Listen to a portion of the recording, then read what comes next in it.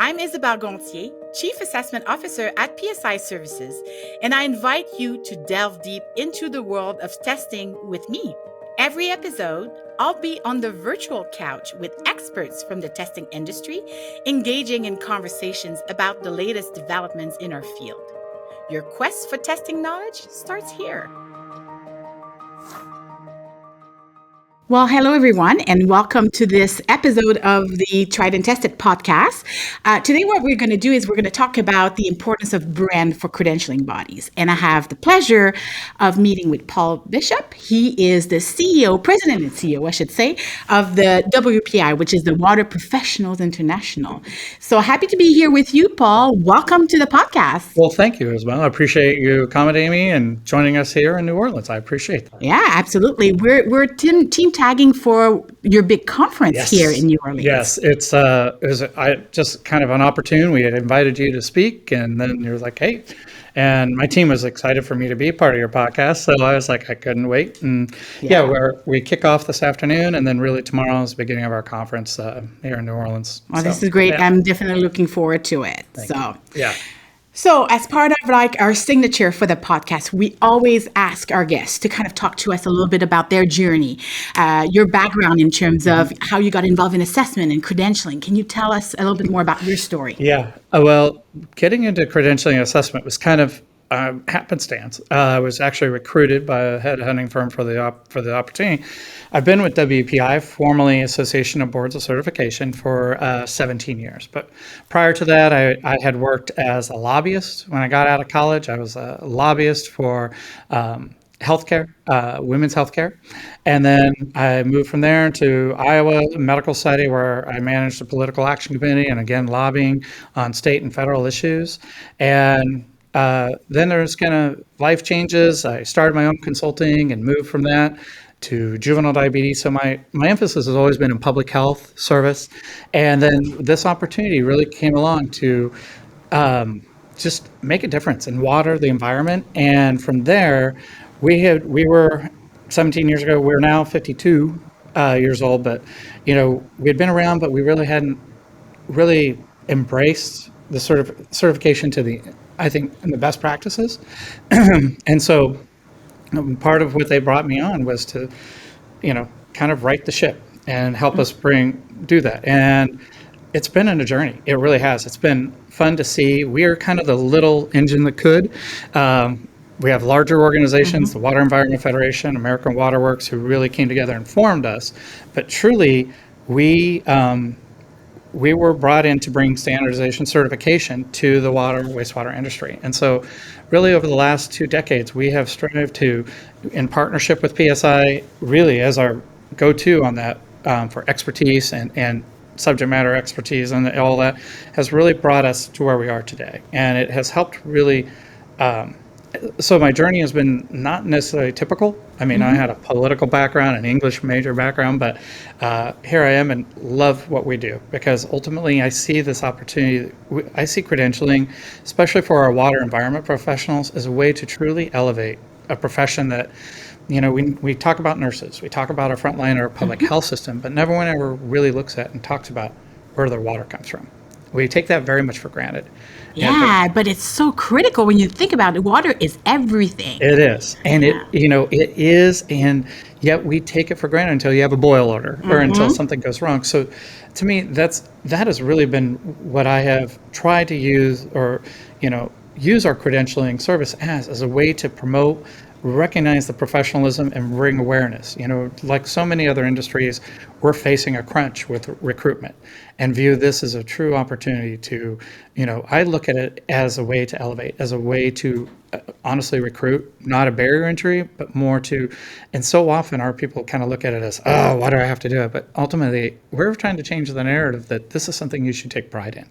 And we're doing that. Slowly but surely, we're really we've been able to do that. But that's what, my journey has been over the last 17 years. And, as I probably enter the twilight of my career, hoping that we can kind of expand upon that, because honestly, for the first time, we kind of feel like we're getting our credentialing in order. So, yeah. So Well, that's kind of been my journey, and got a few more years to try to see what we can do to even make it better. yeah, this is great because you said it. It's critical when you think about the importance of this from a credential standpoint, from a standard standpoint. It's critical to have those standards in place to ensure that the people that are in those critical functions have the skills, knowledge, and abilities. And having an organization that is structured like WPI to support that is paramount. It really is. And again, the other organizations that formed us have been around 100 years. They're, massive in size and thing. We're just this little thing, but it has made us very nimble. We've got a board that thinks at a 50,000 foot level, very strategic, and they allow the team and us and our subject matter experts to really do the stuff, but guide us through, strategy and the infrastructure and supporting the infrastructure, but really leaving the core to building a strong certification assessment process to the experts, to our partnership with PSI and the team that we have, and and our SMEs that we work with. So it really has been an evolution, and one that is starting to take hold. So people are paying attention, and so that's been a fun part of this journey.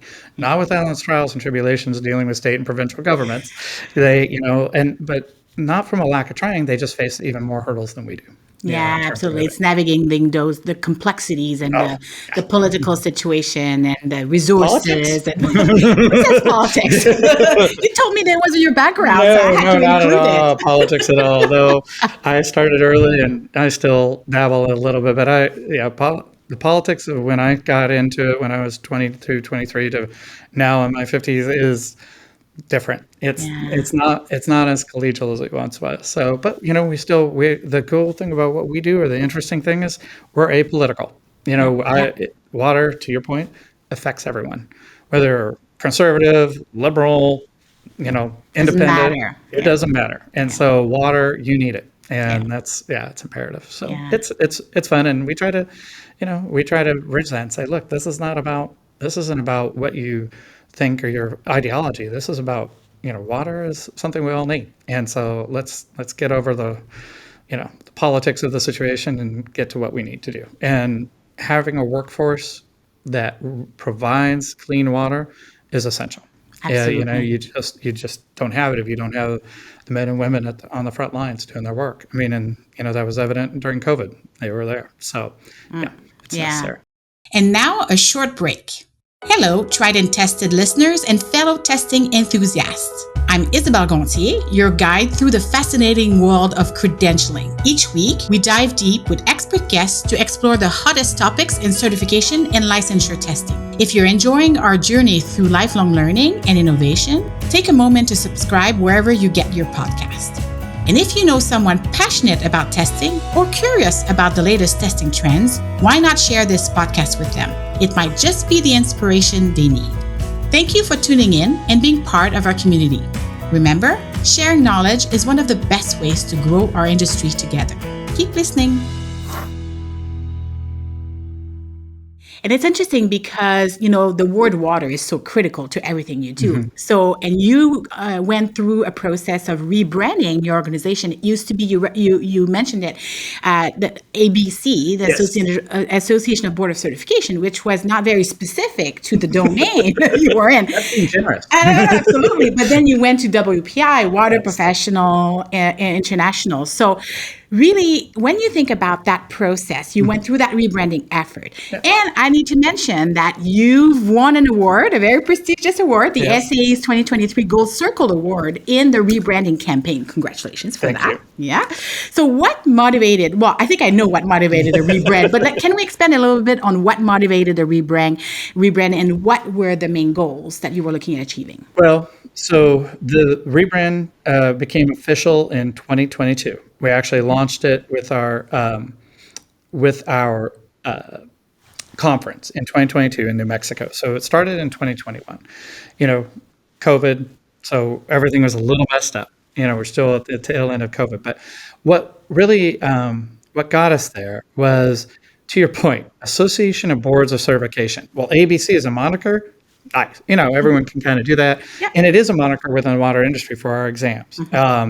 Some love them, some hate, but it's a moniker. But what we realized is by the time you actually say where you are, people have already checked out. Mhm.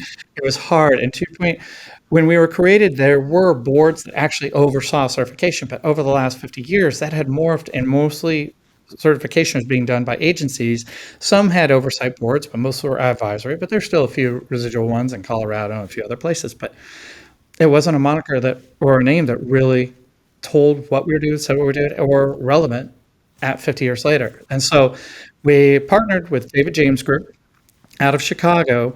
They were recommended to us, and if you look, they've won quite a few awards. They have really done a lot in terms of helping associations brand. We had a sit down with them and said, "Hey, we need to do this. Anecdotally, I know, but I need data." Because we wanted to make a data-driven decision. And so they conducted what they call this brand health index. And over a while, they interviewed the industry, they interviewed stakeholders, and when they got done, their lead analyst, Frank, who unfortunately has passed away over the last 2 years, but Frank said, Paul, in my 40 years of doing this, this is either the lowest or second lowest response rate of an identifier of what you are or who you are. He said, I have not seen numbers like this in years. And so while we had when people who knew us had great, they identified us as professional with integrity, great, our product was good. I mean, the words used for us were, very what's the word I'm looking for? They were just very reaffirming. I mean, we definitely had this incredible respect within the industry for Yeah. what we do and the way we hold ourselves, but they couldn't really tell what we did. And so it was so funny. So we were having this disconnect. So literally once we had that data, I knew we needed to work fast. And so with our team and with TJG, we embarked on a 6-month journey. Now, most take 6 months to a year, but I said, I really want to launch this at our conference. It's a perfect time. And so we endeavored, we continued to do the research. We started exploring all the things you need to do to look at the brand. Look, how do we want what are our goals? What are our long term? How is it going to work with our strategy, as you said? And then that's kind of where with TGG, we entered into a partnership with them and involved our board, our members in terms of helping us identify what is or who we want to be going forward. Yeah. And within 6 months we did that. I mean, a great story about that is we brought DJG to our board meeting in September, and they presented all this information, the data, and the board's like, wow. We had skeptics in the room. We had major skeptics in the room, but they couldn't deny the data. Yeah. And that was what really helped sell it. And we had 2 days of strong strategic meeting, just in-depth, assertive, aggressive, all the words you could use because some of the people have been involved twice as long as I'd ever been there as volunteers or leaders and they love the ABC. So, but they realized, yeah, while I love it, it's not who we are, what we're going forward. We were in Maine at the board meeting, and one night we took them on a boat ride, and we went to an island and had a kind of a clam bake, lobster bake kind of situation. But DGG got to meet our members, our leadership, and get to hear their stories. Out of that came the logo, the name started to coalesce a little bit, but DGG was really able to get to learn who we were, and the board felt listened to, our leadership, our strategy, and then from there it cascaded into something amazing. It was quick, it was fast, but then we were able to come to fruition. Oh, this is great. And then immersing, like with the firm that was supporting you, that are the experts in branding and visualization and all of that, immersing themselves to really truly understand your world was critical. And you also mentioned like the board engagement, the industry engagement. I want to unpack that a little bit more because this is a critical aspect of any initiative, but especially in this situation. You've mentioned some, skeptics and all of that. So how did you navigate that? Like, who did you involve? How did you get the buy-in you needed to really kind of make this successful? Very good question. And I want to say it was just wonderful, and there was no cajoling. Well, But you that know, would be a boring well, story. and and perhaps there was alcohol involved. We won't know, We're but not there to, yeah, confirm we or deny won't. Blah, that. blah, blah. No. But no, really, as well, it really was being transparent, and the data. Again, I can't emphasize enough that when we interviewed people, when they could see like small other association execs try to understand or explain or small focus group type conversations, it really was they really they couldn't stop, they couldn't deny it, and so they had to open their eyes, and honestly I made a point of talking with each and every one, explaining this, talking about not only the anecdotal but again the data, and saying, we're trying to plan for the next 50, the next 100 years, and this is about what we're doing now. Hamilton, in the musical Hamilton, great, great quote. Legacy is planting a seed, they'll never see grow. Yeah. To me, that's kind of what and it was actually fortuitous because Hamilton was out about that time. So I used that as, this is about not us, this is about the future.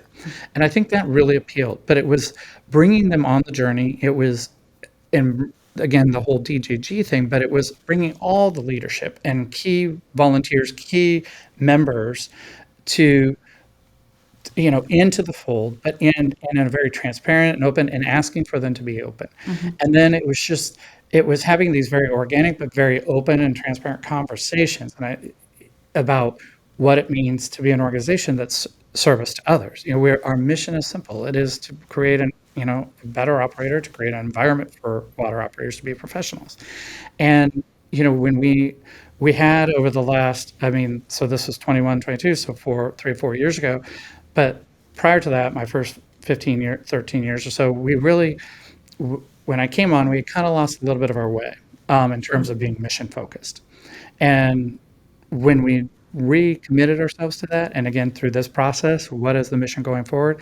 That really did help us. And the more would say, okay, take off my hat, take off every hat, and come in as to what we're looking at for the future leaders, the future of our industry.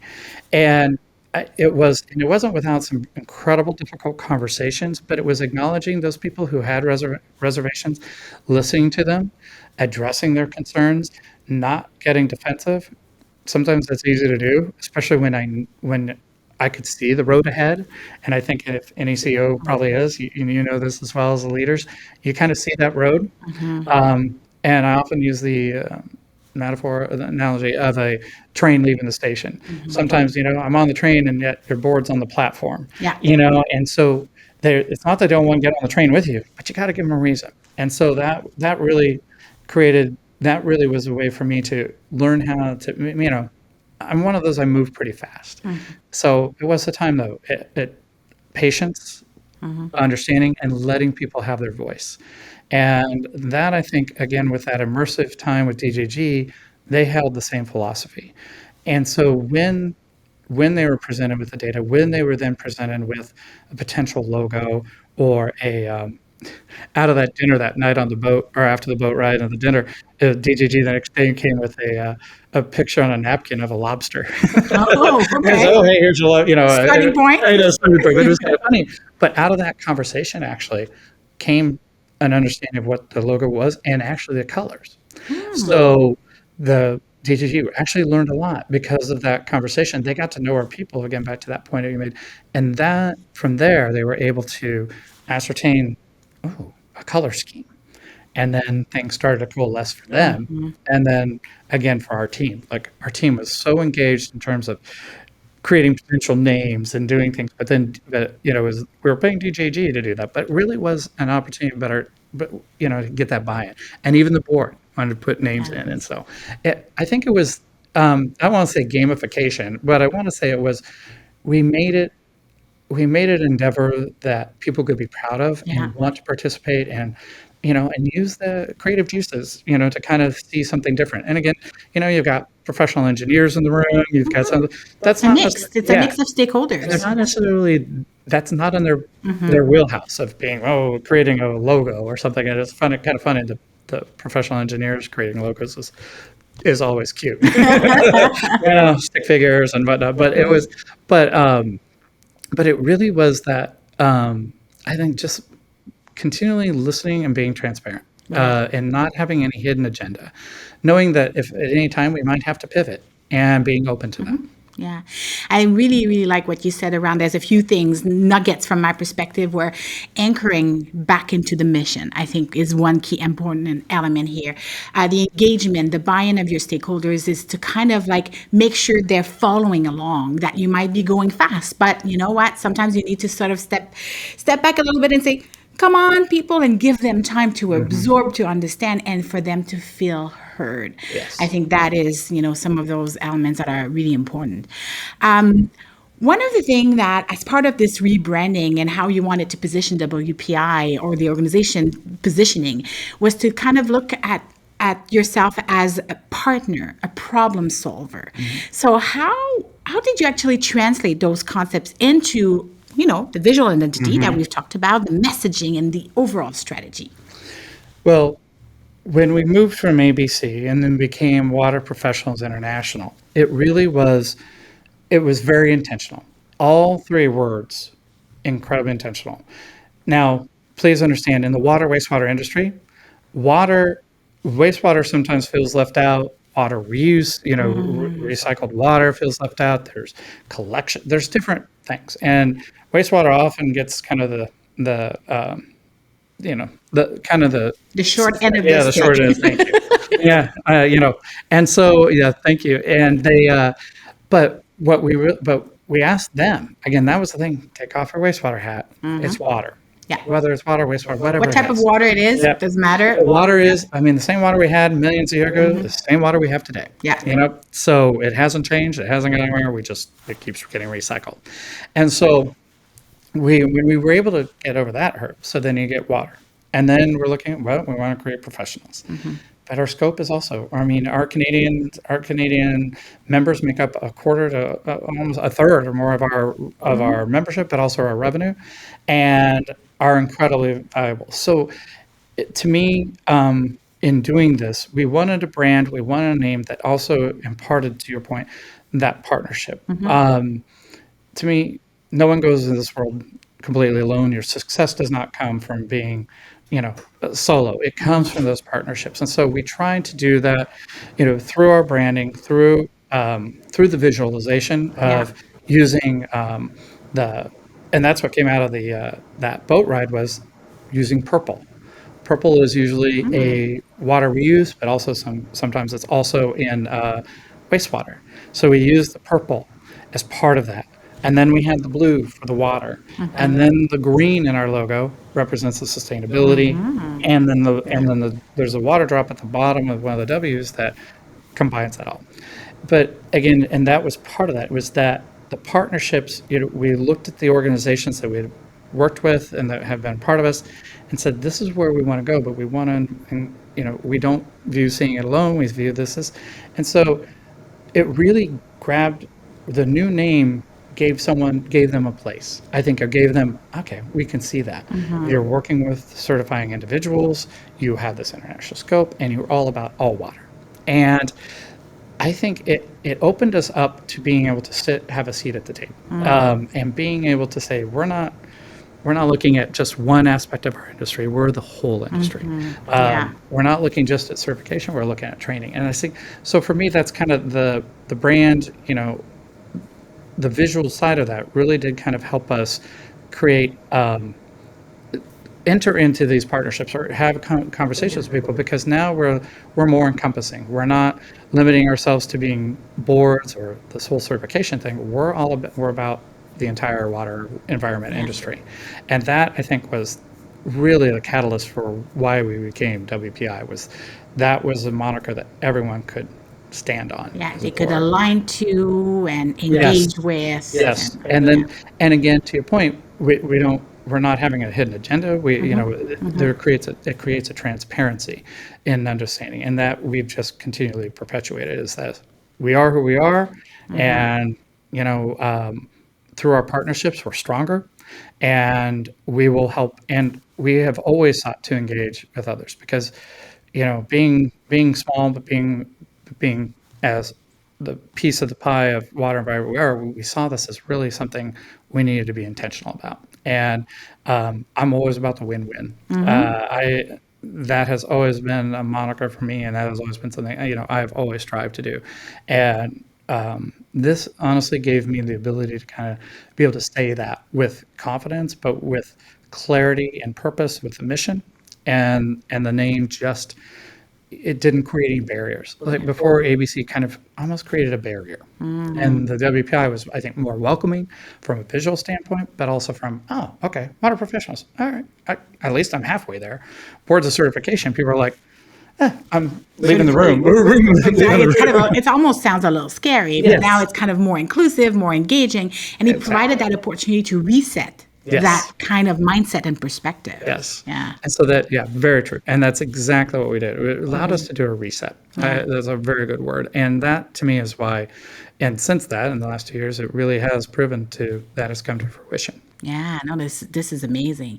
So I've mentioned earlier, like the ASEA's Gold Circle Award, which is a significant recognition for what you've done. So what do you think has set your rebranding campaign apart from others to really kind of think about getting that recognition? But what were the ingredients here that made it so good? That's a good one, and I've thought about this, and I go back to, again, not to be too repetitive, the data in the beginning. Yep. Again, and the transparency. I think at the end, what separated us that year, again, our partnership with the organization to create the brand. But I think it was also in our maybe in the way that we did it quickly, had complete buy-in from our leadership, and also that we were able to, with all of that, reset and reimagine ourselves as this organization that is, while 52 years old, an association world that's pretty young.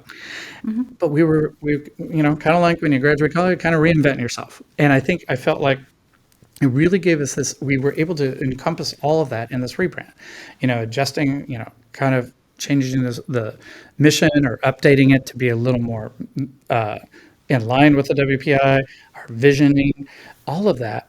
I think when we submitted it to them, they were the Gold Circle. We were told, wow, 6 months, 7-month campaign to get this done, to organize it, and then to see the engagement.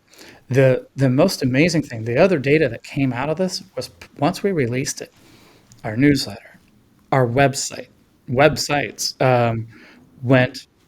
Our engagement went up tenfold, if not more. I mean, the engagement piece of this, and that was what really drove, I think, the Golden Circle, was how much more engagement we had following that, and the positivity of the same people, that same brand health index, wow, flipped on itself once we did that.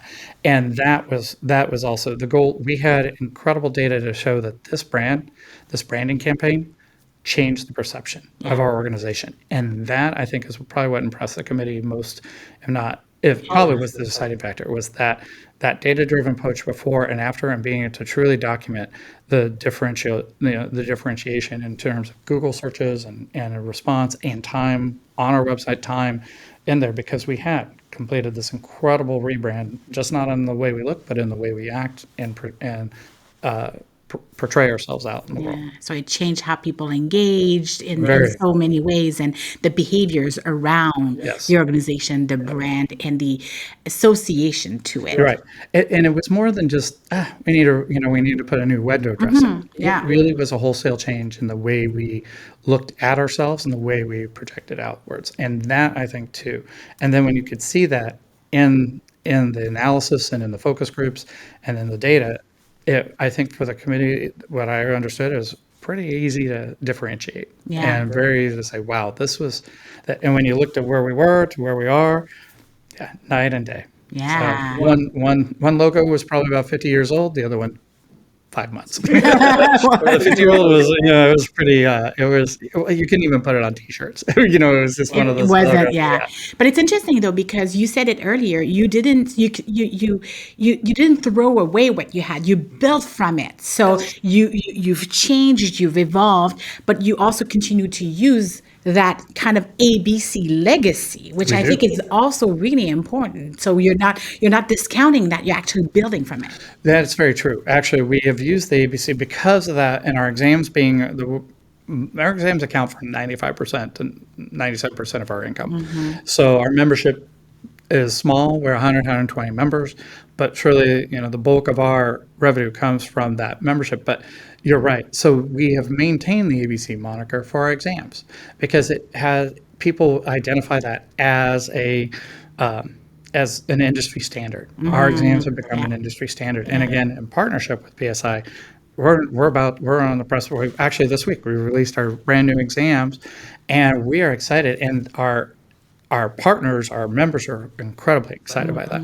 But that's to me that is what it's all about. And you're just so right. We were able to really just I don't know capture that, keep it going, and sometimes all those come together, and I think to form just that perfect storm in this way, a really good storm to have build confidence with people, build a bridge with people, have an identity with people that goes just beyond that exam. But that ABC moniker has really we wanted to keep it because of the integrity it has in the industry, and honestly, and some of our members actually have it written in state legislation or provincial legislation. Okay. So Yeah. we also didn't want to create problems for them. It was a way for us to kind of keep it, but also for them not to have to, oh my gosh, I gotta go seek, regulatory approval or whatever. By keeping that, we're able to assist them as well. Yeah, So there's that. making sure there's flexibility. They're not to create additional barriers, Right. considering everything that's been built over the years. Exactly. Yeah, makes sense. So looking ahead, what's your vision on how WPI's new brand will continue to evolve and support your vision and your role as a leader? And what do you see as like the opportunities, again, building from what you've accomplished so far? That is a big question. I know. I know. I know. Nothing like throwing the big one at me. Isn't it? Well, No, those I are the fun appreciate ones. it. I know they are, and we've talked about, as a CEO, I think you're called to vision. You're called to look, what is in the best interest of the organization. And for those CEOs out there, I think many probably can relate. Often, if you're I turn 58 next month, and so that I don't know if it's that instilled work ethic or whatever, but I live and breathe this organization 24/7. Even when I try not to, I probably would do it more. So when you are part of an association that is smaller, or you relate to your mission and it is part of you, there is a personal professional aspect to it. And I think for me, the WIV, where we were before was this testing service that provided really good exams. We had some model standards and we did some things, but beyond that, people didn't see us much beyond that. With the WPI brand and the moniker that we now have, we have a seat at almost every table. We are requested to speak. I will share my travel on behalf of WPI request has gone from maybe a few, dozen trips or so a year to, last year I was gone 120 some days. I mean, Wow. 33 trips. I share we're over 120,000 miles of travel, 4 times around the world, I'm told. And With so great visibility. it is. That's Wow. because it has, people now look at us, whether it's here in the States or in up Canada.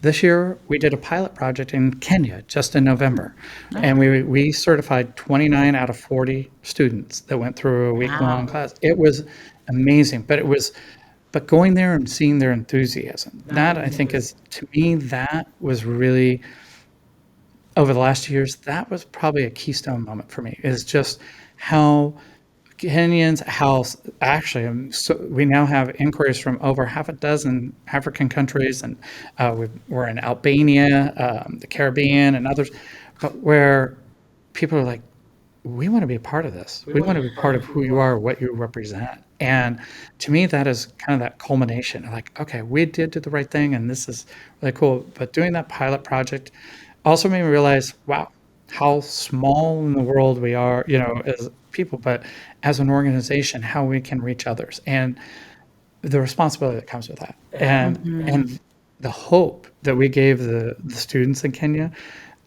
was amazing too. Like Wow. earning that credential was something they had never thought of, and so really proud of that. I think that to me is really what has come out of this is it really has opened the doors for our members, for our subject matter experts to also represent us, but for us to go, you know, honestly share that a credential, certification is important. It should be valued.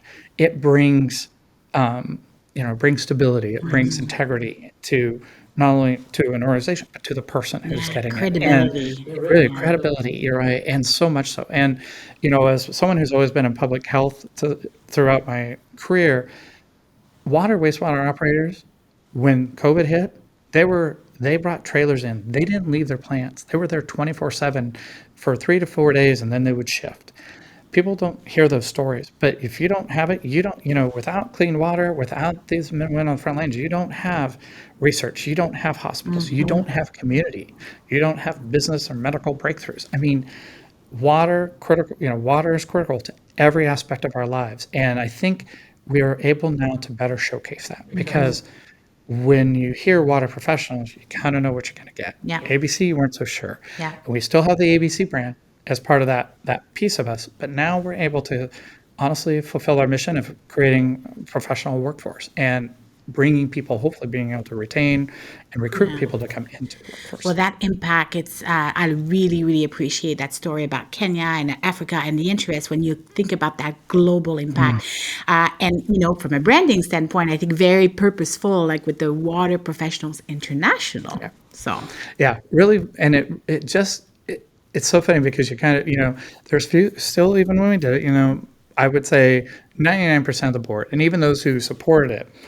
But there's still a little skepticism, for some people, but I think all of that has gone down. And 2 years later, to almost three, actually 3 now, it really has changed the way our members look at us, the way the industry looks at us, and most importantly, the invitations we get to share the mission, the vision, and what we're trying to do to make the world better and what we can do. Because the really neat thing about and my opportunity as the CEO is to really to showcase our subject matter experts, to showcase the stories of operators doing amazing things. And not just us as an organization, but we're an organization made up of amazing people and stories. And that's what I want to showcase. Not Paul, not Dan or my team, but it's really showcase those people that drive the work that we're doing. elevate really Yes, very much. completely. And their stories are the ones that people need to hear. Yeah. Not Wow. mine. Wow. This is so inspiring. I have to say, it's been a fantastic discussion. And unfortunately, we need to wrap up, which I feel like we can talk for I think you're going to have to talk all day. hours and hours. If we could. But as we wrap up, what would be the advice you would give to other credentialing organizations that are considering a rebrand or considering, looking at their identity and how to mold this and evolve it? Well, there was a story. I'll share a quick story with you. But when we relaunched this in 2022, the first 2 days of our conference were ABC on the Wednesday night or Tuesday, Wednesday, and then Wednesday night when everyone was out. We went in and completely changed our room. We did whole new lights. We put everything in purple and blue and green, and literally we kept everyone outside the room. And then my board and everyone, they did put on their dancing shoes, and it was a celebration. Confetti, the whole 9 yards. It was a celebration of this new name. And they kind of had an idea, but they didn't. And from that celebration, a few of our members stopped by and said, Paul, I've been a part of this industry for the past 5-10 years. I actually feel like you represent me now. Like this organization, she goes, I've always appreciated your organization, but I feel like now I have a home because I'm a water professional. I'm part of it. I'm part of it. we reached those people who really didn't have felt, their agency has always been a member, but Lori or Larissa, they weren't members. They're agent, but now they felt like they had an idea. And so what I would say to my fellow colleagues out there is, think about not just what it means for the organization, as a CEO on the brighter level, on the bigger level, but also maybe down all the way to the members and the people that that to me was one of those things I had not considered, that the individuals would actually see that. I wanted them to have a place to call home, but for them as individuals to be proud to wear the swag and to have that to be part of a water professional. We've actually created, a more engaged audience because of that, because they have a place. And so, with my colleagues, I'd say take all that anecdotal information that the gut you have, because as a CEOs, you go with a lot of gut. Your heart's got the emotion, your brain's got the thing, but your gut kind of tells you that. And at the core of it, use the data. If you know it, then make the commitment to do a data-driven approach, because at the end of the day, that is what's going to give you the standing with not only your board and your volunteer leadership, but also your members. And when we literally ran, once we announced it, we were on stage and we walked everyone through it, and they understood it. And now there wasn't like, oh, what's going to happen to ABC? Well, those fears were quickly set aside, but it really did create it. So I think taking an approach, partnering with an organization that will listen to you, sit with you, and honestly, through the good and bad, try to understand your membership as well as you do, and listen. Honestly, I think listening for me, as you can do, we can talk all day, but it was that was something as a CEO. I had to step back from the vision I had and listen to what people had as their visions, but also their concerns. And I think from that standpoint, that was really what I would say. And again, you got to find the partner, you got to listen and be transparent. That to me also this wasn't about any one person or any one thing. This was about the future of our industry. And when we couched it in that frame, we framed it in that way, it really resonated with people. And since then, I mean, it's been 100 miles an hour straightforward, and no looking back. And honestly, appreciating where we came from. We don't forget that ABC was where we were, but understanding that WPI is where we want to be for the future, to recruit the next generation of water experts, of water operators and wastewater operators, but truly, and to be a player, or at least to be a partner in the global world of water. Water, it's scarce. I mean, in certain places, and with climate change and all these other things. So, we can now have a voice and help people maybe allay fears. But at the end of the day, I think from the CEO standpoint, it is trust your gut, but also then verify. And when you do that, and don't hold your cards ever too close, and be willing to pivot, be willing to listen, because at the end of the day, there are some people with the old name are gonna, they'll die on a sword for that. But if you have an opportunity to bring them along, it's very satisfying when you do. And I think those then become, one of those who was a skeptic has now become our biggest advocate, and will sing our praises to them, because they're like, yes, this was the right thing to do. And that is success. That ultimately is. And those are the things. Whether the revenue, the trips to Kenya, whatever, are great, but it is having members who were skeptics, board leadership who are now singing your praises, because you brought them along, you listened, and at the end of the day, they recognize this is the right thing to do. So. Well, this is great. Thank you so much for your time, for sharing all of this golden information. I'm sure it's going to be very useful to our audience. So I hope so. And I appreciate the opportunity. Thank you very much. Thank you.